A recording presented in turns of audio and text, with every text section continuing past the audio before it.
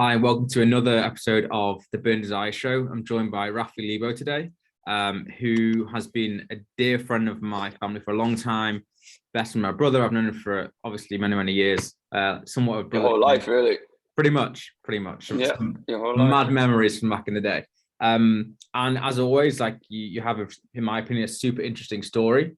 I like to start at the kind of at the beginning, really, in respects of I guess the biggest thing that happened to you that I remember was obviously you moving over to the States. You were 13 years old, right? Yep. And Just post bar mitzvah, actually, like a few months afterwards. And you moved to the West Coast, to LA first, right?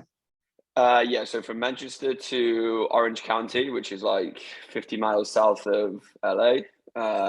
Did high school there, went on to go to university in Arizona for 4 years. And since 2012, I've been in South Florida, Miami. So I'm curious, so like, what were the, I guess you do remember this, like what was the big differences between like the UK education system that you saw and the US education system? Good question. I would say the UK system is more like refined and specific. In America, I felt like, at least in high school, there was a lot of like general education stuff, quite a diverse curriculum. Whereas like in the UK, I feel like you identify what field you want to go in at a much younger age and take courses that are more relevant and specific to that one field. Whereas like even like at uni in the US, I was still taking like quite a variety of like broader topic classes that now looking back have no relevance to my career path in the slightest. Not saying it was a waste of time, because it wasn't, but just in general, that's probably the biggest difference that I would see from afar looking back, is like the more refined curriculum. And I feel like at a younger age in the UK, you're more focused on a specific career path. Yes, it's funny because I remember my best friend coincidentally also moved at the same age, right? To the States, albeit to the East Coast, Miami. And I remember going to his college. I think I went to a few classes, and like I found it amazing that you could pick such a diverse range of like almost anything, any subjects you found interesting to a degree, which I think gives you a rounder base. And like here, like from age 16 almost, you've got to pretty much start to choose. Like if you want to be a doctor, you got to choose certain subjects. And you got to, it's very young like, when you look at it now, like to really know what you want to do. Yep, no, for sure. I definitely agree. Just I guess a cultural difference between the two places, I guess, when it comes to schooling and stuff. So you go to Arizona State, and you said you initially didn't have you call it a major, right? You didn't have anything like specific you were. Yeah. So I was a business major, but obviously that is again quite a broad topic. First 2 years you take more like general business related stuff, and then as you go, you can select more like advanced courses that are more specific to your specific field. So as an example, I started taking marketing classes my junior year.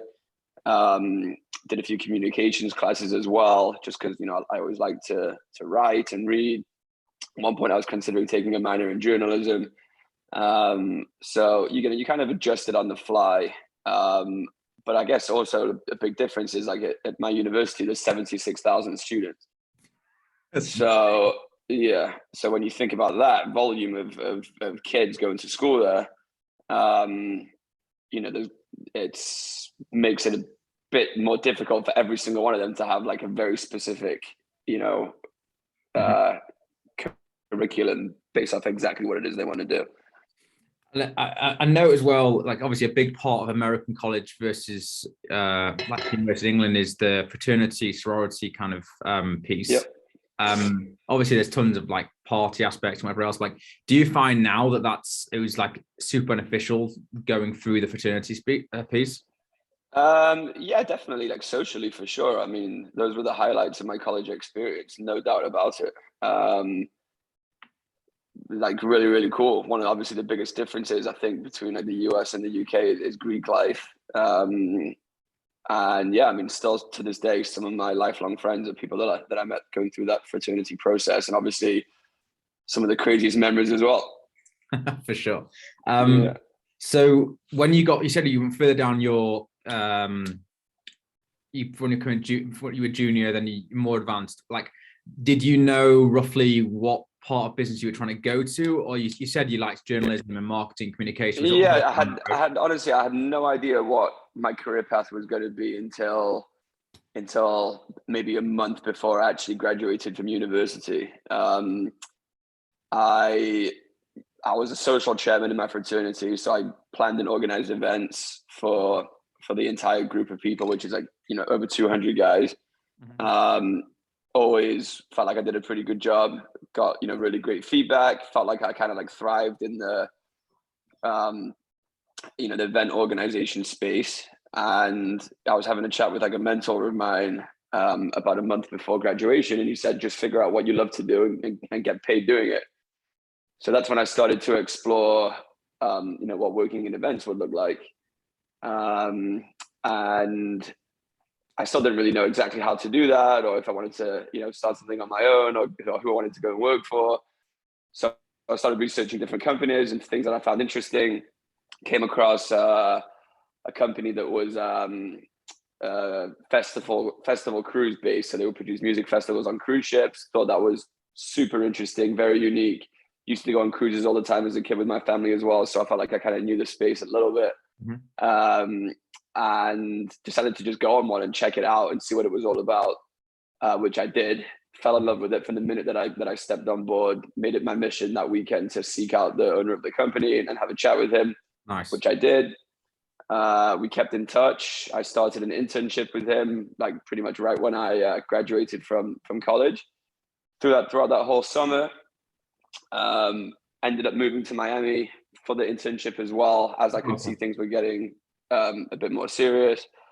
And then that developed into a full-time job about 6 months later. And I was with him and with that company for the first 7 years of my career. The first cruise you went on, like what size? I presume, as I understand, like the business became bigger and bigger into the size of the ships and the capacity of the attendees, etc. Like, what size was the company at when you interned/joined?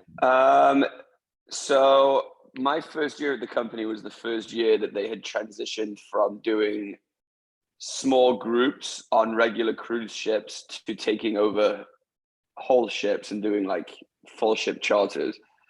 So my first year there, the first event we did, I think, was 2,300 people, but we only did one annually. As the company grew, in my last year, I think we had 6 cruises annually. Wow. Spanning quite a different, scope of genre, everything from salsa cruises to rock cruises, yoga, Zen, wellness cruises, and then of course our bread and butter, which was groove cruise. So we really did expand the company. I think in terms of revenue growth, we went from about 1 million my first year to 17 million my last. Wow. Which was obviously significant growth in a 7-year period. Obviously got pretty lucky along the way to kind of get in at the right time, I suppose, which is like most things in life. Timing is key. Got involved with a great company at an exciting time, at a time where there was lofty expansion goals already in place. And then I feel like, my efforts really just helped kind of amplify that. And, super grateful for that opportunity, because that's what really brought me not just into the industry, but to Miami, which is where I'm still based today and I see as my lifelong home. That's cool. So how did you, like, what sort of, I guess your role changed massively over the period of time you were at the company? It's like, what did it start doing responsibility wise? Where did you kind of end up? So started obviously, as I said, as an intern. So when you're an intern, you really just try to do as much as you possibly can and prove your worth and show your value. So I was doing literally everything from answering phones, customer service, making reservations, amending reservations, assisting with social media strategies, even just doing like PA stuff for the owner of the company, running around, picking up shit, giving lifts and rides as much as I possibly could, just spending as much time with as many people within the company as I possibly could, eager to learn about everything. So I don't really think I had like a specific area of focus looking back that first year. Then as the company started to grow and we implemented a bit more structure, it became clear and more defined that my strengths were best allocated towards like the sales and marketing side of things. So that's when I started taking more of like an in-depth role with pretty much all of our like digital strategy, managing our affiliate network of promoters, which was over 1,000 different promoters around the world. And PR, we started working with the PR agency, which ultimately fell under my umbrella as well.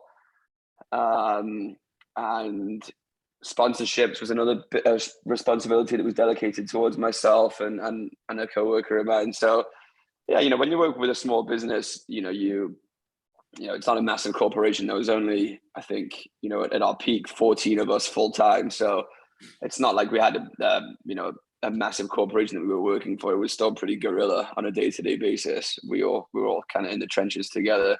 And then especially as you get, in peak season where, all of our events happened within like a 3 or 4 month period. So that period, it's kind of all hands on deck, no pun intended. Yeah. Just making sure the shit gets done.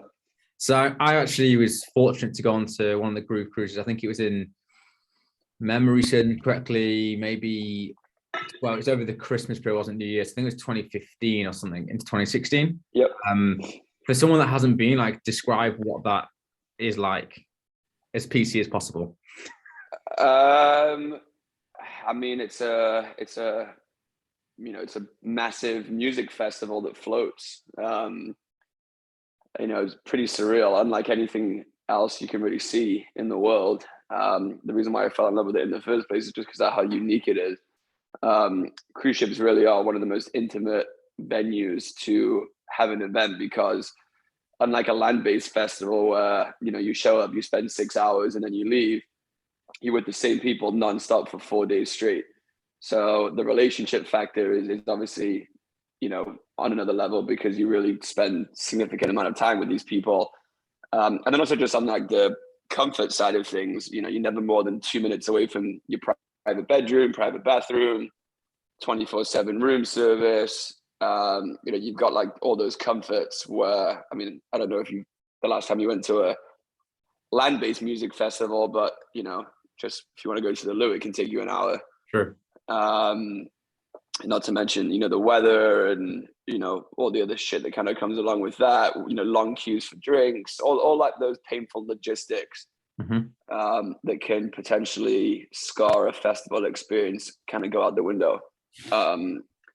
When you do these things on cruise ships, it makes it a much more turnkey and pleasant, at least in my opinion, experience for the consumer. And then on top of that, you got just the travel side of things as well. I mean, you're moving, you're actually going places. You wake up every morning and you're seeing different things, and obviously just being out in the middle of the ocean as well has its own unique energy about it. So I think all of those factors combined to make it something very, very cool. And then, to be honest with you, I miss it quite a bit. It's definitely something that I've got an eye on getting back into in the not so distant future. The festival cruise circuit, I feel like the space is quite ripe for disruption now.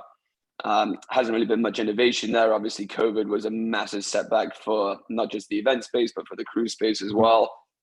I do feel like there might be a slight renaissance coming for the cruise industry. I feel like they need to get younger. They need to attract a different demographic on board these cruise ships. And a few of the projects that I'm working on now, while they're in the infant stages, I do have a goal of mine is to get back on board cruise ships and start producing events on them again, because obviously I've got a passion for it. I love it, and I miss it quite a bit. It's interesting. So obviously it's super involved. There's lots of different touch points along the way, but like, how do you go from, when the company started, when you started the company, rather, it was kind of partial elements of cruise ships, and then it became taking a whole cruise ship. Like, how does that whole process go? You just like, you got relations with Royal Caribbean, whoever, you take over the ship. Like, what's the process? Yeah, I mean, like I said, I got pretty lucky because all the hard work, I guess, had been done already, because by the time that I joined, the transition was already in the works to go to a full ship. But the way that my old boss started the company is that he literally just went on a cruise ship with like 100 friends and took a DJ and some speakers on like a spring break trip or whatever it was. They had like an amazing time. So the next year they did it again and took 200 people. And the next year they went again and they took 400 people. And then, you know, he was seeing how much money these travel agents were making in commissions from booking his groups every time. Sure.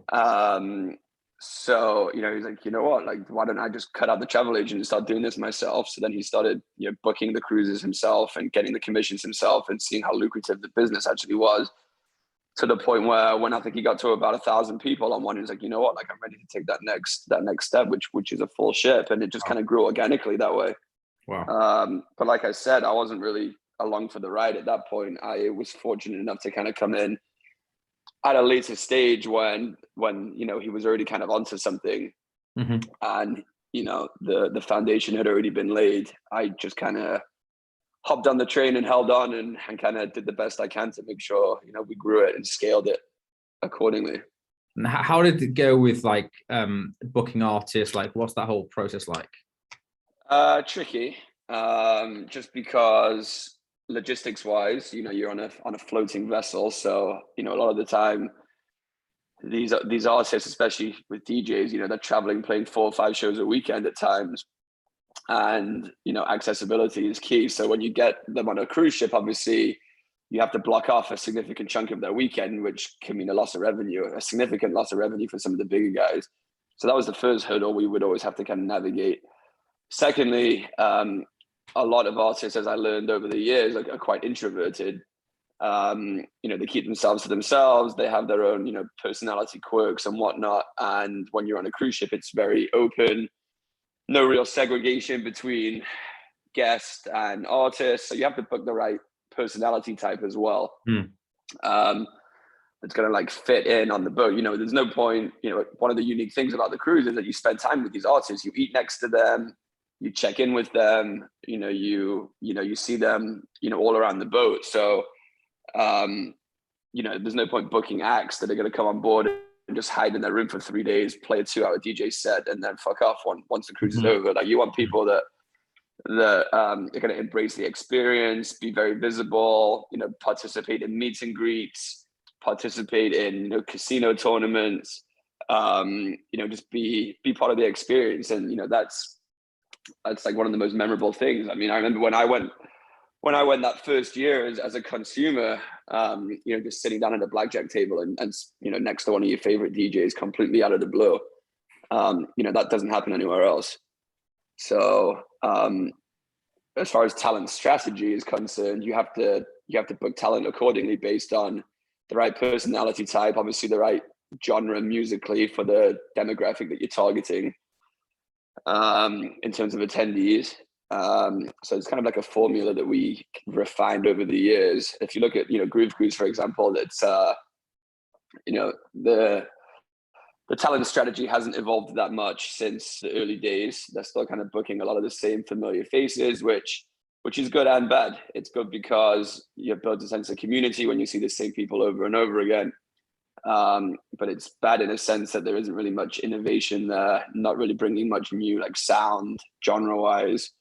And then also not really opening up your audience to, or not opening up your experience to a wider audience via bringing on additional artists and new blood. So for me, that was one of the biggest takeaways. My fire alarm's going off, by the way.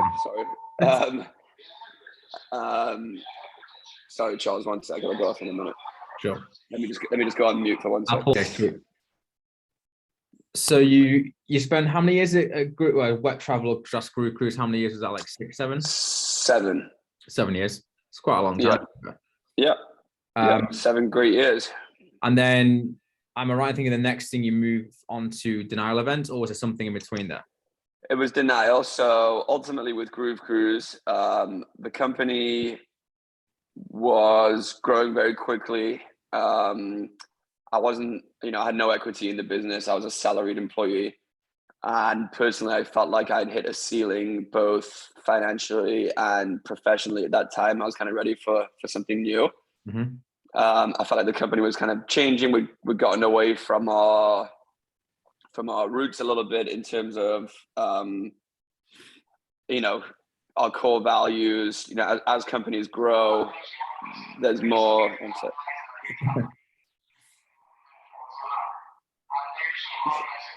So,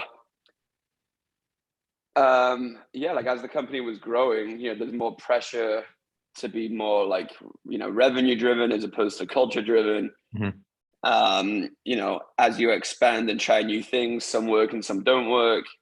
So because of that, I felt like, we were kind of getting away from what we were, what we had set out to do initially. Sure. So, just, and those feelings kind of festered for a little bit. And then I think it just all kind of came to a head, which ended up with me just sitting down with my old boss, and we kind of had a mutual understanding, mutual parting of ways, which ended amicably. Nothing but love and respect for him for that opportunity, like I said, and for the experiences we had. But it was time for me to move on. So at that point, I knew I wanted to stay in the event space. I had a very, very solid network, and all my relationships were very strong within the dance music space. So I knew that's kind of where I wanted to be. And then started doing some pop-ups on my own. I started a management and marketing consulting business with a partner of mine in Amsterdam, who I'd actually met on board Groove Cruise. He was managing one of the acts that we would book pretty regularly. Nice. So as that was taking off, I met Christian, who was a slightly older guy. He had a completely different background. His background was in investment banking, but he had a passion for music, a passion for events, and he needed kind of like a bridge into the world. So while it wasn't my intention to, really, start a company with him, I did start working with him and doing some consulting work for him. And then it got to the point where we got along really well.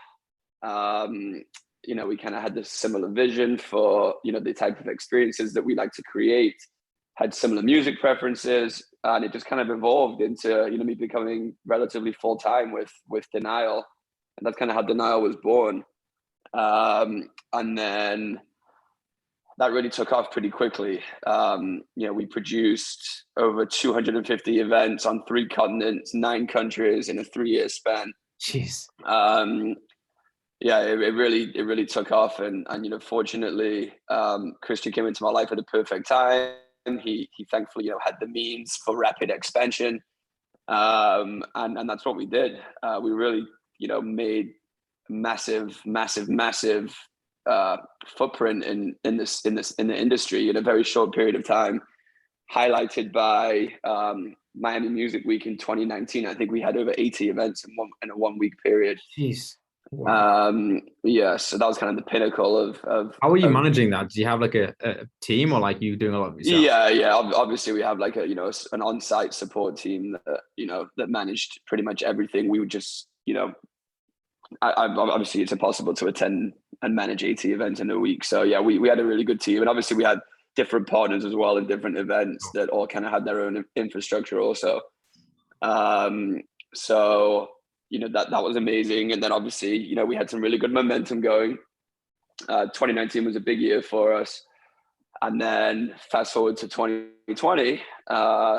We had a really great strategy. I felt like we were finally turning the corner in terms of profitability. Things were going great. We had another massive Miami Music Week lined up with another 50 or 60 events.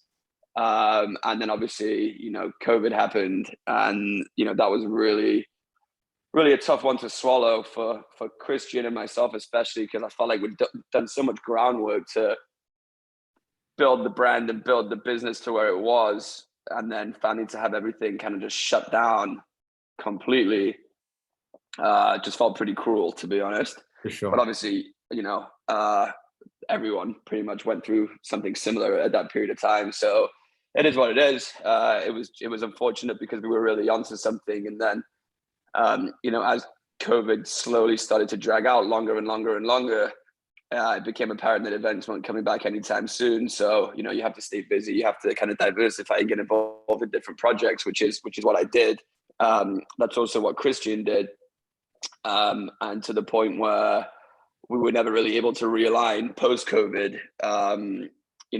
When things came back, we weren't on the same wavelength in terms of, our return strategy, the best time to return, how we wanted to return. We were just kind of, we felt like we'd lost all the momentum that we'd spent years building, and just kind of felt like the flame had kind of the flame had kind of diminished, unfortunately, with that. So that's why for the last, year or so, I've been 100% independent, doing mostly consulting work, nurturing for up and coming event promoters, event festival brands.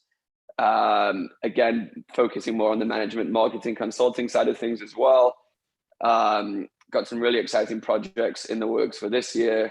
And then, as mentioned, I've got one eye on getting back into the crew space as well, which can't really dive into too much now, but maybe at a later date when I see you next, I can fill you in more. But that's pretty much what I've got, what I'm focusing on for the early part of 2023.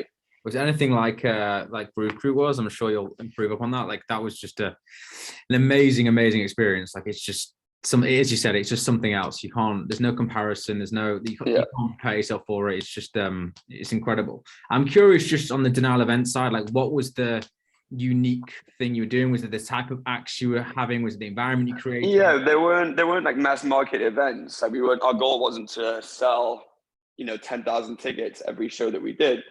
We wanted to create more like experimental type stuff. Unique venues, unique places. We did 3 shows in Tokyo. We did, we did pop-ups on random private beaches in Miami. We did parties on rooftops of hotels and like just different things that no one else was really doing at the time. It felt like, especially within like the dance music space, people would just like book a DJ, and then that's how the event was marketed via like the name of a DJ. So you go to the same venue 3 nights a week, and the experience is exactly the same, just with a different DJ. Mm-hmm. I personally hated that shit. I thought that was the most boring, uncreative way to market an event ever. And Christian felt the same. So all of our events kind of tended to have like a wow factor, packed a bit more of a punch. We did really cool, production elements, entertainment elements, decorative elements, themed elements. All of our events were like, themed and very out there and different and unique. And it was really, really cool. But obviously when you do, those productions, cost money and take time. And that's why it was unfortunate, because for the 2 years that we were going through rapid expansion, the company wasn't really profitable. We finally turned the profitability corner and then got smashed with COVID. So yeah, it's unfortunate that that's the way that Denial had to end, at least for the time being, because we really did build something pretty cool there, and we really were onto something. It just shitty timing, I guess. That's not to say we might not pick back up on that where we left off, but for the time being, I'm focused solely on my own projects for now. I've got one last question for you, which kind of it's a difficult question and might one you can answer easily, but with your knowledge of the space, of course, your own personal preferences, are there any kind of up and coming festivals or DJs that people should kind of look into that maybe you coming across and seeing are kind of having a great reaction, different sound that other people might not? Hard question, I know, but I thought I'd ask. Yeah. Nothing really off the top of my head, to be honest. I worked on a pretty interesting event on New Year's Eve a few weeks ago in Vegas called Playa Playground, a Burning Man inspired event, themed. We tried to kind of like recreate the magic of Burning Man and make it more accessible to the general public. Mm-hmm. Burning Man's obviously quite logistically challenging, just getting there, and it's quite expensive as well. So that's a pretty cool project I'm excited about. We've got a good 3-year strategy with that to really try and build and grow that event brand. So that's something that I've got one eye on. Musically, I don't really know, mate. I've got such a diverse palette for music. I don't really want to box myself in professionally to one specific genre or one specific act. Just a variety. I mean, one thing that I would love to do again, a career highlight, was a New Year's Eve show we did in Hawaii with Carl Cox. Yeah, that was probably arguably one of the my all-time favorite personally that I got to work with, which was obviously incredible. And I would love to do that again in the near future. There's definitely some ongoing dialogue about that happening soon too. So that's what I would say as far as artists and event brands. Sweet.